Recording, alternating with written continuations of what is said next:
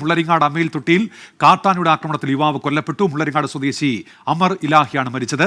തേക്കിൻകുപ്പിൽ പശുവിനെ അഴിക്കാൻ പോയപ്പോഴായിരുന്നു ആക്രമണം. വിവരങ്ങളുമായി രാഹുൽ വിജയൻ ഇപ്പോൾ ചേരുന്നുണ്ട്. രാഹുൽ, ഇത് കാട്ടാനയുടെ ശല്യമുള്ള ഒരു മേഖലയാണോ രാഹുൽ? ഈ മേഖലയിൽ മുള്ളരിങ്ങാട് മേഖലയിൽ കാട്ടാന ആക്രമണം അല്ലെങ്കിൽ കാട്ടാന ശല്യം അതിരൂക്ഷമാവുകയും കാട്ടാനകളെ തുരത്താൻ പ്രത്യേക ദൗത്യമൊക്കെ വനംവകുപ്പ് നടത്തുകയും ചെയ്തിരുന്നു.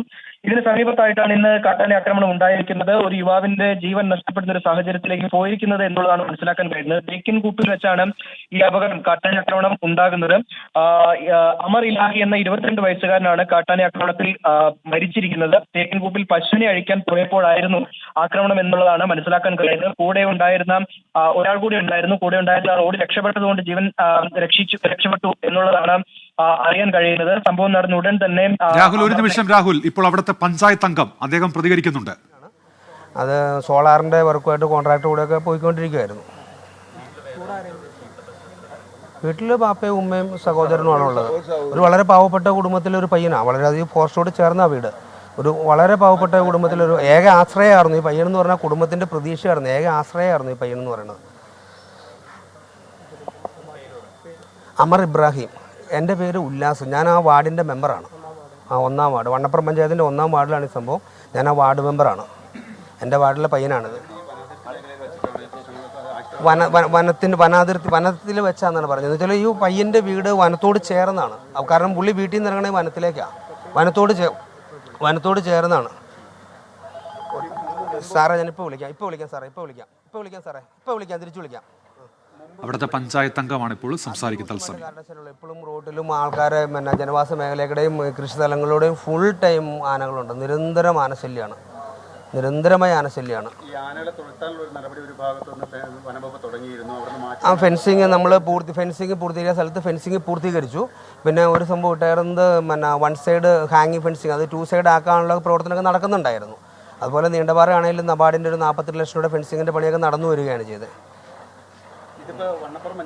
വണ്ണപ്പുറം ഗ്രാമപഞ്ചായത്തിൻ്റെ 1-ാം വാർഡിൽപ്പെട്ട സ്ഥലമാണ്. ആ സ്ഥലത്താണ് ഈ പയ്യൻ താമസിക്കുന്നത്. ആ പ്രദേശത്ത് വെച്ച് തന്നെയാണ് ഈ സംഭവം ഉണ്ടായിരിക്കുന്നത്. ഞാനിത് കേട്ട വഴി പോരും. എനിക്ക് അതിനെക്കുറിച്ച് കറക്റ്റായിട്ട് എനിക്ക് അറിഞ്ഞുകൂടാ. ഇങ്ങനെ സംഭവം നടന്നു പറഞ്ഞപ്പോൾ അപ്പം തന്നെ ഞാൻ വണ്ടി എടുത്ത് കൂടെ പോരും. ഏകദേശം 3-3:15 എന്നാണ് പറഞ്ഞു കേട്ടത്. കറക്റ്റ് ടൈം ആണോ എന്ന് അറിഞ്ഞുകൂടാ. കാരണം നമുക്ക് കറക്റ്റ് ടൈം പറയാൻ ഈ ഒരു സാഹചര്യത്തിൽ പറ്റില്ലല്ലോ. അപ്പോൾ ഏകദേശം ആ ഒരു ടൈമെന്നാണ് അറിയാൻ കഴിഞ്ഞത്.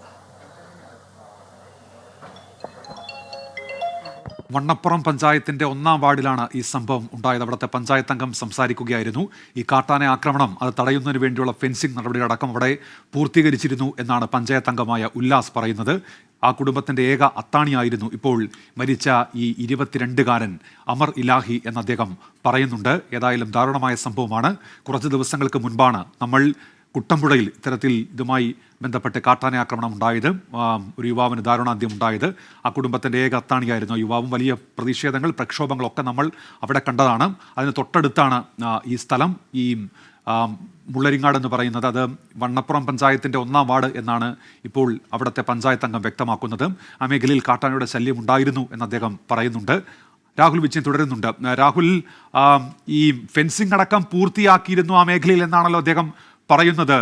രാഹുൽ, അപ്പോൾ കാട്ടാന ആക്രമണം ഉള്ള മേഖലയാണ്. അത് തടയാനുള്ള നടപടികൾ വനംവകുപ്പ് എടുക്കുകയും ചെയ്തിരുന്നു എന്നാണോ രാഹുൽ?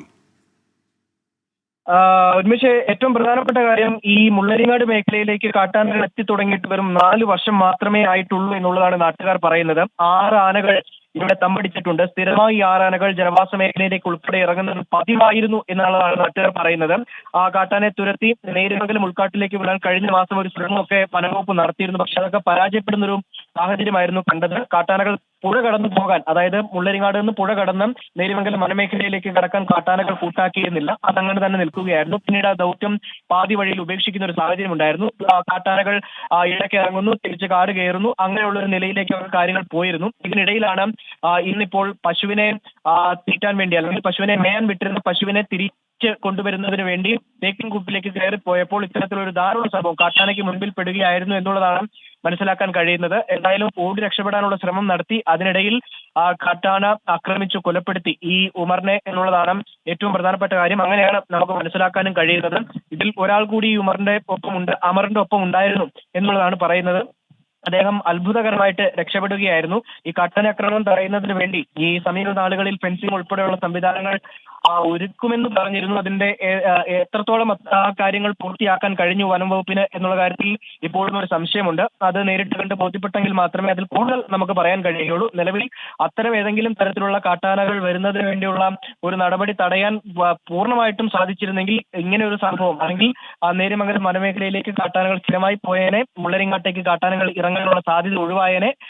അങ്ങനെ ഒരു സംവിധാനം അവിടെ പൂർണ്ണമായി നടപ്പായി, അല്ലെങ്കിൽ വനം വകുപ്പിന്റെ ഏതെങ്കിലും തരത്തിൽ. ഒരു നിമിഷം രാഹുൽ, ഇപ്പോൾ പ്രദേശവാസിയായ ശ്രീ റഷീദ് നമ്മോടൊപ്പം ടെലിഫോണിൽ ചേരുന്നുണ്ട്. ശ്രീ റഷീദ്, ഈ കാട്ടാന ആക്രമണം ഉണ്ടായ ആ മേഖലയിലുള്ള ആളാണോ താങ്കൾ? വലിയ കാട്ടാന ശല്യമുള്ള മേഖലയാണോ അത്, ശ്രീ റഷീദ്? അല്പസമയത്തിനകം അദ്ദേഹത്തിന്റെ പ്രതികരണത്തിലേക്ക് വരാം. മുള്ളരിങ്ങാടാണ് ഇപ്പോൾ കാട്ടാന ആക്രമണം ഉണ്ടായിരിക്കുന്നത്. വണ്ണപ്പുറം പഞ്ചായത്തിലെ 1-ാം വാർഡിൽപ്പെട്ട മേഖലയാണിത്. മുള്ളരിങ്ങാടിനോട് ചേർന്ന് കിടക്കുന്ന മേഖല, അവിടെയാണ് കാട്ടാനയുടെ ആക്രമണം ഉണ്ടായിരിക്കുന്നത്. കാട്ടാനയുടെ ശല്യമുള്ള മേഖലയാണ് എന്ന് അവിടെ നിന്ന് സംസാരിച്ച പഞ്ചായത്ത് അംഗം പറയുന്നുണ്ട്. ഈ ഫെൻസിംഗ് ഉൾപ്പെടെ പൂർത്തീകരിച്ച് കാട്ടാന ശല്യം തടയുന്നതിന് വേണ്ടിയുള്ള നടപടികളൊക്കെ അവിടെ വനം വകുപ്പ് സ്വീകരിച്ച് വരികയായിരുന്നു എന്നുകൂടി അദ്ദേഹം പറയുന്നുണ്ട്. ഏതായാലും വേദനിപ്പിക്കുന്ന ഒരു സംഭവമാണ്. നമ്മൾ കുറച്ച് ദിവസങ്ങൾക്ക് മുൻപ് കുട്ടമ്പുഴയിൽ ഇത്തരത്തിൽ ഒരു വാർത്ത വന്നതാണ്. ആ സംഭവം കണ്ടതാണ്. വലിയ പ്രതിഷേധങ്ങൾ ഉണ്ടായതാണ്. തൊട്ടു പിന്നാലെയാണ് ഇപ്പോൾ ഈ വണ്ണപ്പുറം പഞ്ചായത്തിലും ഈ സംഭവം ഉണ്ടായിരിക്കുന്നത്. അടുത്തടുത്ത് കിടക്കുന്ന മേഖലകളാണ് ഇത് രണ്ടും. അവിടെ നിന്നാണ് ഇപ്പോൾ ഈ വാർത്ത വരുന്നത്. മൃതദേഹം ഇപ്പോൾ ആശുപത്രിയിലേക്ക് എത്തിച്ചിട്ടുണ്ട്. ഒരാൾ കൂടി ഉണ്ടായിരുന്നു ഈ കാട്ടാനയുടെ ആക്രമണം ഉണ്ടായിരുന്നപ്പോൾ എന്നാണ് പറയുന്നത്. അദ്ദേഹം അവിടെ നിന്ന് ഓടി രക്ഷപ്പെടുകയായിരുന്നു എന്നുകൂടി ആളുകൾ വിവരം നൽകുന്നുണ്ട്.